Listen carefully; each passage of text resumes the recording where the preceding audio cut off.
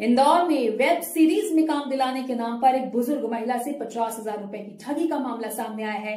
पीड़िता की शिकायत पर क्राइम ब्रांच ने जांच शुरू कर दी है।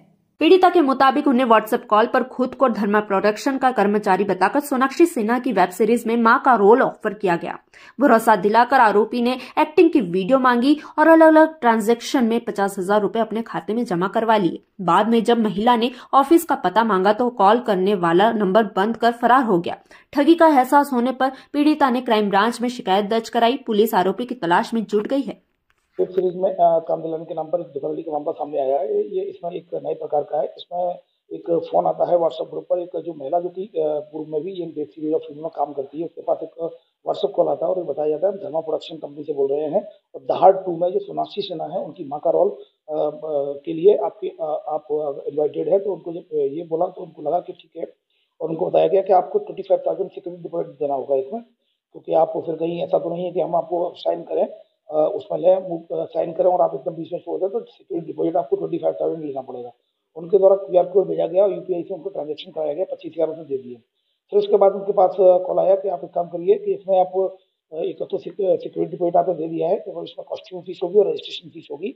मुंबई में है क्योंकि हमारी धर्मा प्रोडक्शन, तो उसमें आपको ये पैसा भी देना पड़ेगा। तो उसने 50,000 रुपये दे दिए। फिर उसके बाद वो और पैसे मांगने लगे, तब उसको शंका हुई और फिर उसके बाद तब जाके आके यहाँ पर उसके द्वारा कंप्लेंट की गई और कंप्लेंट के आधार पर यहाँ पर क्राइम ब्रांच में जो केस रजिस्टर कर लिया गया है। इसमें जो शिकायत ले ली गई है। अब इसमें ये जो धर्मा प्रोडक्शन का बताया जा रहा है वो पूरी तरीके से फेक है और इसमें क्राइम ब्रांच के द्वारा एडवाइजरी भी जारी की गई है। इलेक्ट्रॉनिक चैनल्स के माध्यम से ये बात कहना चाहूंगा कि कभी भी किसी भी प्रकार के इस तरह के जो ऑफर्स आते हैं इनमें कृपया विश्वास न करें। इसका वेरिफिकेशन पर सोशल मीडिया प्लेटफॉर्म पर मॉडलिंग के लिए, एक्टर बनने के लिए इस तरह के आपके पास कॉल आते हैं और आपसे फिर अलग अलग नाम पर, चाहे वो सिक्योरिटी डिपॉजिट हो या फिर कॉस्ट्यूम से डिजाइनिंग हो या फिर रजिस्ट्रेशन फीस के नाम पर आपसे पैसा लेते हैं। तो ये एक तरीके का साइबर फ्रॉड होता है।